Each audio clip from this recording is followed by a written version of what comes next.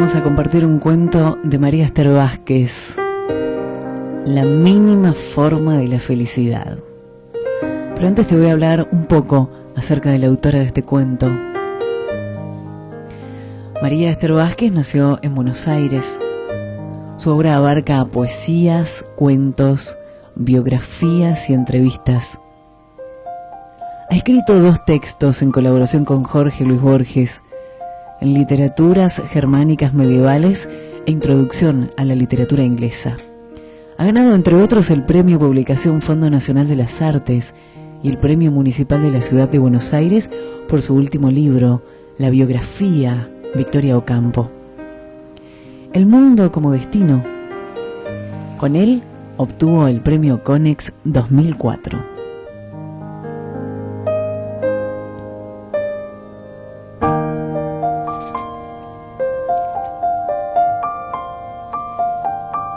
La mínima forma de la felicidad.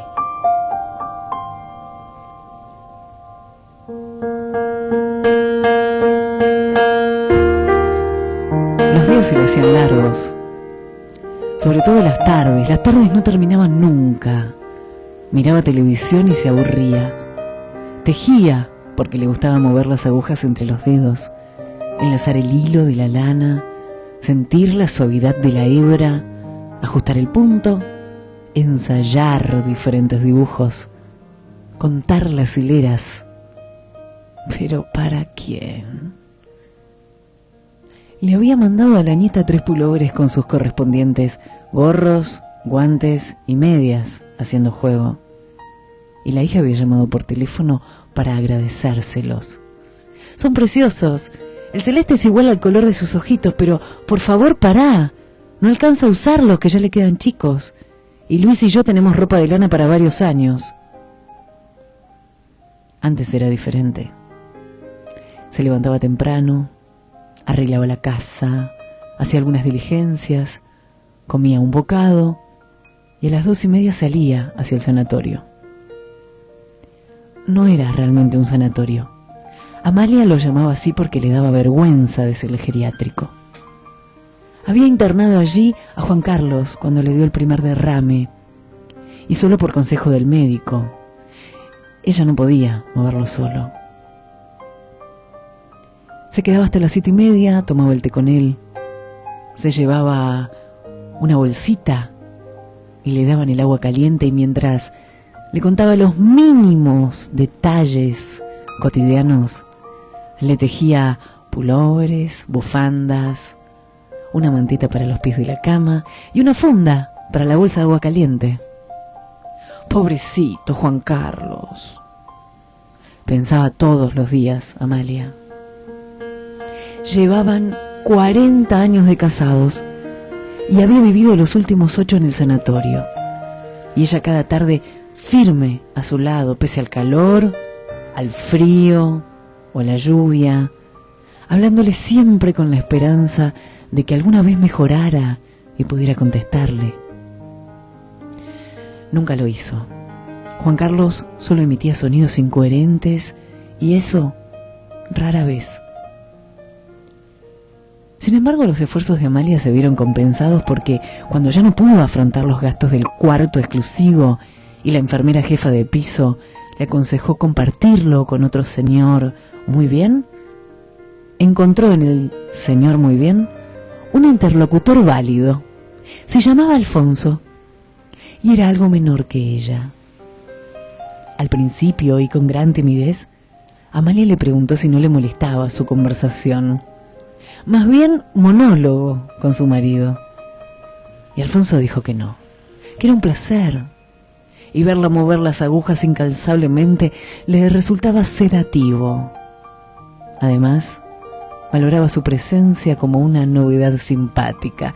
Esas habían sido sus palabras exactas, porque hasta entonces había vivido, después de la muerte de su hermana, solo en un departamento grande y desierto. Ahora lo había alquilado, le comentó, y con el alquiler y la jubilación le alcanzaba para pagar el sanatorio. Tampoco Alfonso le decía geriátrico. Padecía de asma y su corazón cada tanto le daba un susto, pero por lo demás parecía estar bastante bien. Tenía 3 estantes llenos de libros. Por las mañanas leía y por las tardes oía hablar a Amalia. Cuando entraron en confianza, le contó parte de su vida. Recordaron juntos a sus respectivos muertos y él empezó a hablar de autores, de libros, cuya existencia ella ni siquiera sospechaba. Amalia pensaba que habían sido 8 años realmente felices. El carácter horrible de Juan Carlos se había tranquilizado con la parálisis. Muy de tarde en tarde emitía aquellos sonidos guturales, sobre todo cuando en los días templados paseaban por el mínimo jardín, ella y Alfonso empujando la silla de ruedas. Y ahora Juan Carlos había muerto, así, de golpe. Fue un paro cardiorrespiratorio, le dijeron aquella tarde del 20 de octubre, cuando llegó puntualmente a las 3. Acababa de morir. Ni siquiera había tenido la delicadeza de esperarla. La hija que estaba en Rawson vino, pero el hijo que estaba en México no pudo. Lo enterraron en Luján, donde tenían la bóveda familiar. Cuando todo pasó y las visitas de pésame se fueron espaciando, Amalia volvió al sanatorio. La cama de Juan Carlos estaba ocupada por un señor muy flaquito y consumido, y Alfonso había salido a hacer un trámite. El cuarto le pareció más chico, más feo. Se asomó a la ventana y allá abajo vio los 2 canteros con sus arbustos casi raquíticos y el rosal medio mustio. Le dejó una nota de saludo a Alfonso. A los 3 días recibió una carta suya. Le pedía que fuera a verlo. A Amalia le pareció imprudente. En vida de Juan Carlos había sido otra cosa. Le contestó a Alfonso una larga carta donde le explicaba sus escrúpulos, y esta vez no tuvo respuesta. La tristeza y el vacío de su vida la ahogaban. La víspera de Navidad fue un día de calor insoportable. El chaparrón de la mañana acentuó la pesadez del día. Dio vueltas por el departamento mínimo y de pronto, a las 2:30, sacó un paquetito del placar y se encaminó al sanatorio.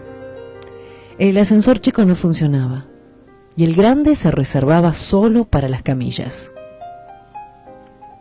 Llegó jadeando hasta el 2.º piso. Antes de golpear la puerta, se tomó un respiro. Alfonso estaba sentado al lado de la ventana, leyendo. No le sorprendió demasiado la visita. Más bien le pareció que la esperaba. La otra cama estaba vacía. Al señor flaquito se lo habían llevado los hijos para la comida de Nochebuena. Así le dijo Alfonso para tranquilizarla. Amalia le tendió el paquetito. Una colonia, un pequeño recuerdo de Navidad. El cuarto estaba fresco.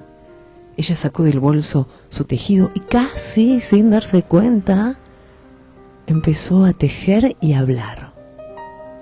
El calor, la humedad, el precio de la canasta familiar. A las 5 pidió una taza de agua caliente. Se hizo el té. Compartieron las galletitas que Alfonso sacó de una lata. A las 7 guardó el tejido y se levantó para irse. Le tendió la mano y mientras se la estrechaba, Amalia preguntó: ¿Usted sale mañana? No, para nada, estoy algo acatarrado, fue la respuesta. Entonces, con toda naturalidad, se despidió. Hasta mañana, Alfonso. Acabo de empezarle un pullover. Cuídese. Mejor cierre la ventana a la noche.